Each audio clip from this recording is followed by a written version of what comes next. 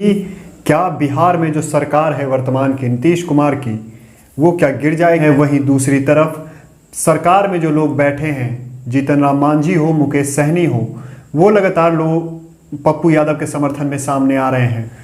तो नीतीश कुमार को ही जवाब देना पड़ेगा। और सरकार की जो ये करतूत है, इसे करतूत ही कहेंगे, ये जो गंदी करतूत है सरकार की, आने वाले समय में जनता भी इस पे जरूर सवाल उठाएगी।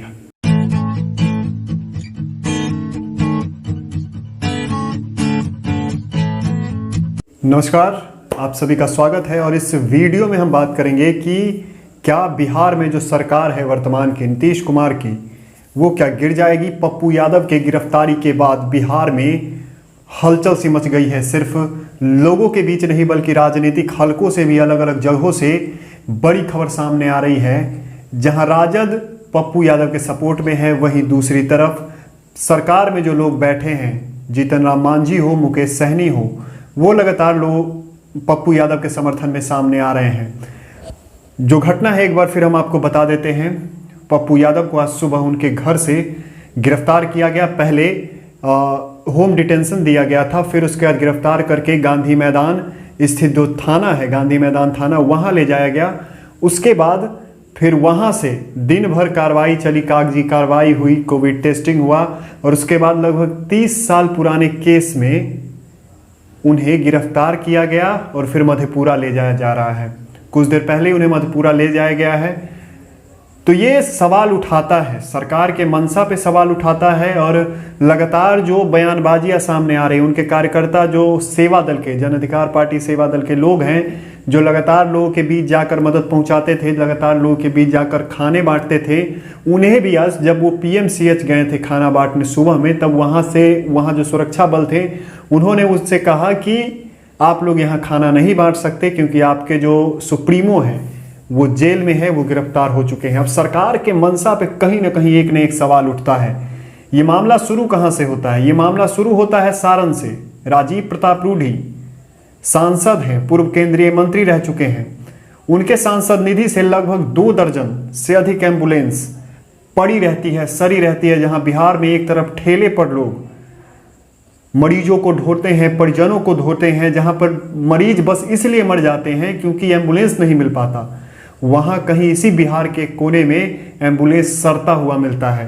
पप्पू यादव की गलती ये थी कि उन्होंने वहां जाकर उसे उजागर किया और सिर्फ बिहार की मीडिया नहीं बल्कि नेशनल मीडिया का मुद्दा बनाया।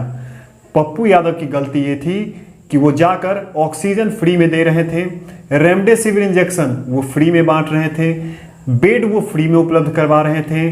उनकी तबीयत खराब थी, डॉक्टर ने उन्हें 3 महीने रेस्ट का बात कहा था, लेकिन उसके बावजूद वो कोविड वार्ड में जाकर, जहां पे लोग जाना नहीं चाहते हैं, पता नहीं बिहार सरकार के कितने मंत्री और कितने विधायक वहां गए होंगे अभी तक, लेकिन पप्पू यादव वहां जाकर उनसे मुलाकात कर रहे हैं, कोविड पेशेंट से मुलाकात कर रहे हैं। जिस स्मशान घाट में कोविड मरीजों की चिताएं जल रही, वहां जाकर वो लाइव करके बता रहे हैं कि यहाँ की स्थिति देखिए क्या है। इसीलिए आज बिहार के हर एक लोगों के अंदर आक्रोश है। वो आक्रोश आपको टीवी चैनलों पे दिख जाएगा, जब टीवी चैनल लोगों से बात कर रहे हैं। ये आक्रोश आपको ट्विटर पे दिख रहा है, लगातार ट्रेंडिंग कर रहा है। हैशटैग रिलीज पप्पू यादव करना भी चाहिए, क्योंकि पप्पू यादव लगातार बिहार में इकलौते ऐसे नेता हैं जो भले ये महामारी हो, उससे पहले बाढ़ हो, उससे पहले चमकी बुखार हो, लगातार वो लोगों के बीच आकर सेवा कर रहे हैं लोगों की, चाहे वो पद पे हो या ना हो। बिहार में बहुत से लोग ऐसे हैं जो उनकी राजनीतिक विचारधारा से सहमत नहीं होंगे, लेकिन फिर भी वो लगातार उन लोगों के भी प्रिय हैं क्योंकि वो सेवा भाव से कार्य कर रहे हैं। हम लोगों ने देखा है, मैं एक पत्रकार हूँ और एक पत्रकार के नाते ये कह सकता हूँ कि जब वो बाढ़ के समय में मुजफ्फरपुर जिले में आए थे तो एक अद्भुत नज़ारा देखने को मिला था। इतने बड़े लोग, इतने बड़े पैसे वाले लोग जो गाड़ियों में चहलते हैं, एसी में रहते हैं, वो पानी हेल के खाना पहुंचाने जा रहे थे। चुनाव में उन्हें कुछ नहीं मिला, 0 सीट मिला, वो खुद हार गए। लेकिन फिर भी कोविड का सेकेंड वेव, जहां इतना खतरनाक है कोविड का सेकेंड वेव, फिर भी वो उसमें भी लगातार लोगों के बीच जाकर सेवा कर रहे हैं।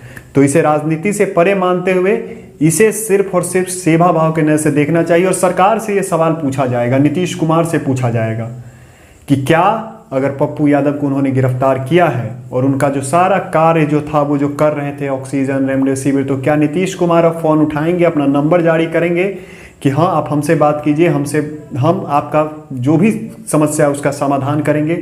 अगर करेंगे तो नीतीश कुमार को यह बोलना चाहिए। और मैं मंगल पांडे को नहीं कोसूंगा, क्योंकि जब वोट देने में गया था तो नीतीश कुमार के चेहरे पर वोट यहाँ पर आता, और पिछले 15 वर्षों से भी नीतीश कुमार के चेहरे पर ही बिहार में सत्ता आ रही है।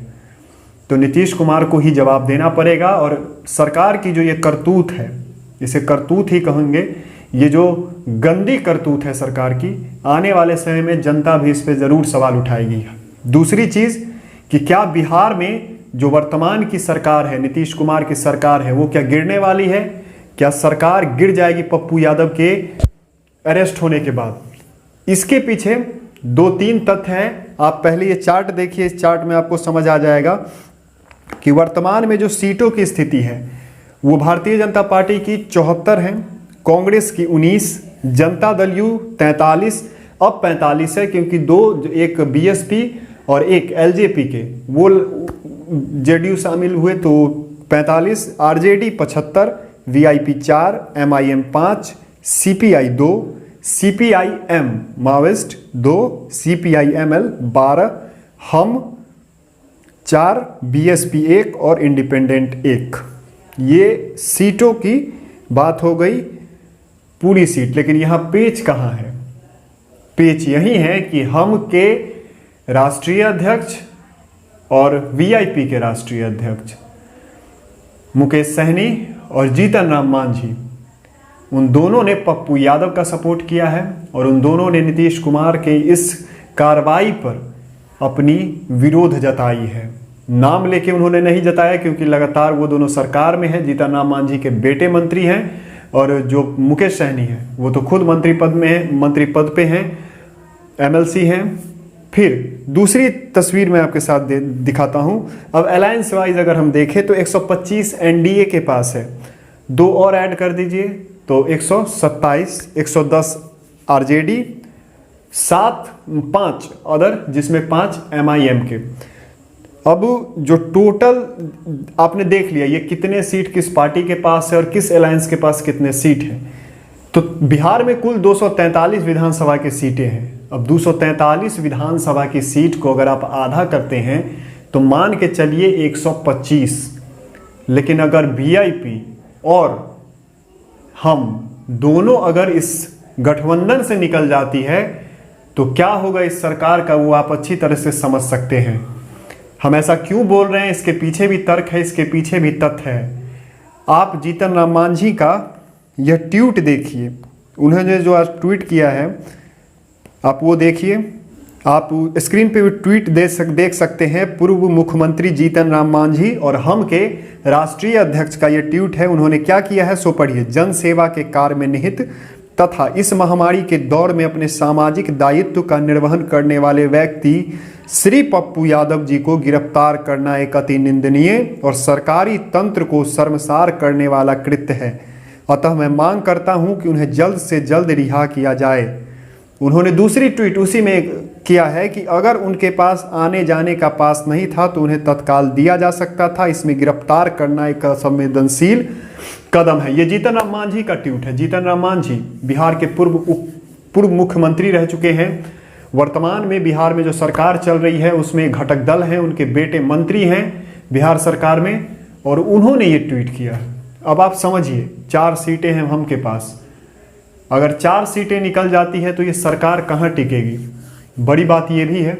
दूसरी पोस्ट देखिए, ये फेसबुक का पोस्ट है। इसमें मुकेश सहनी बिहार के मंत्री हैं, बिहार सरकार में मंत्री हैं और वीआईपी के राष्ट्रीय अध्यक्ष हैं। उन्होंने क्या लिखा है, जनता की सेवा ही धर्म होना चाहिए। सरकार को जनप्रतिनिधि, सामाजिक संस्था एवं कार्यकर्ता को आम जन के मदद के लिए प्रेरित करना चाहिए। जनप्रतिनिधि को भी कोरोना गाइडलाइंस का सख्ती से पालन करते हुए कार्य करना चाहिए।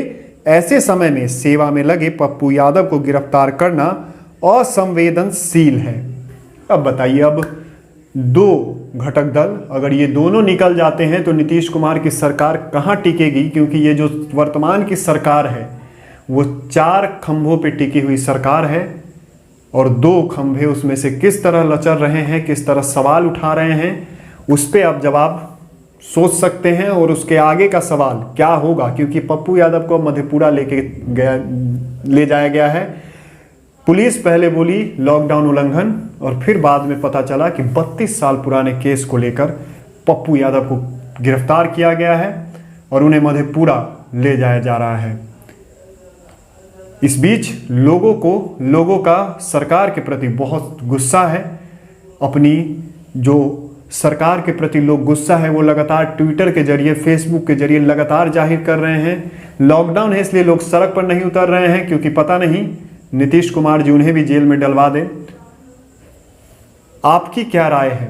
आप क्या सोचते हैं? पप्पू यादव के साथ ये सही हुआ है या फिर गलत हुआ है? और सरकार की क्या मंशा है? क्या पप्पू यादव सेवा कर रहे थे, इसीलिए पप्पू यादव लगातार उन कमियों को उजागर कर रहे थे जो कमी बिहार सरकार के जरे में है, उसको उजागर करने की ही फल उन्हें यह मिला है।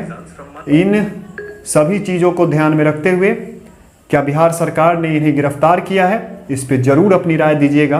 हमारे कमेंट बॉक्स में इसे जरूर कमेंट कीजिएगा कि आपकी क्या राय है।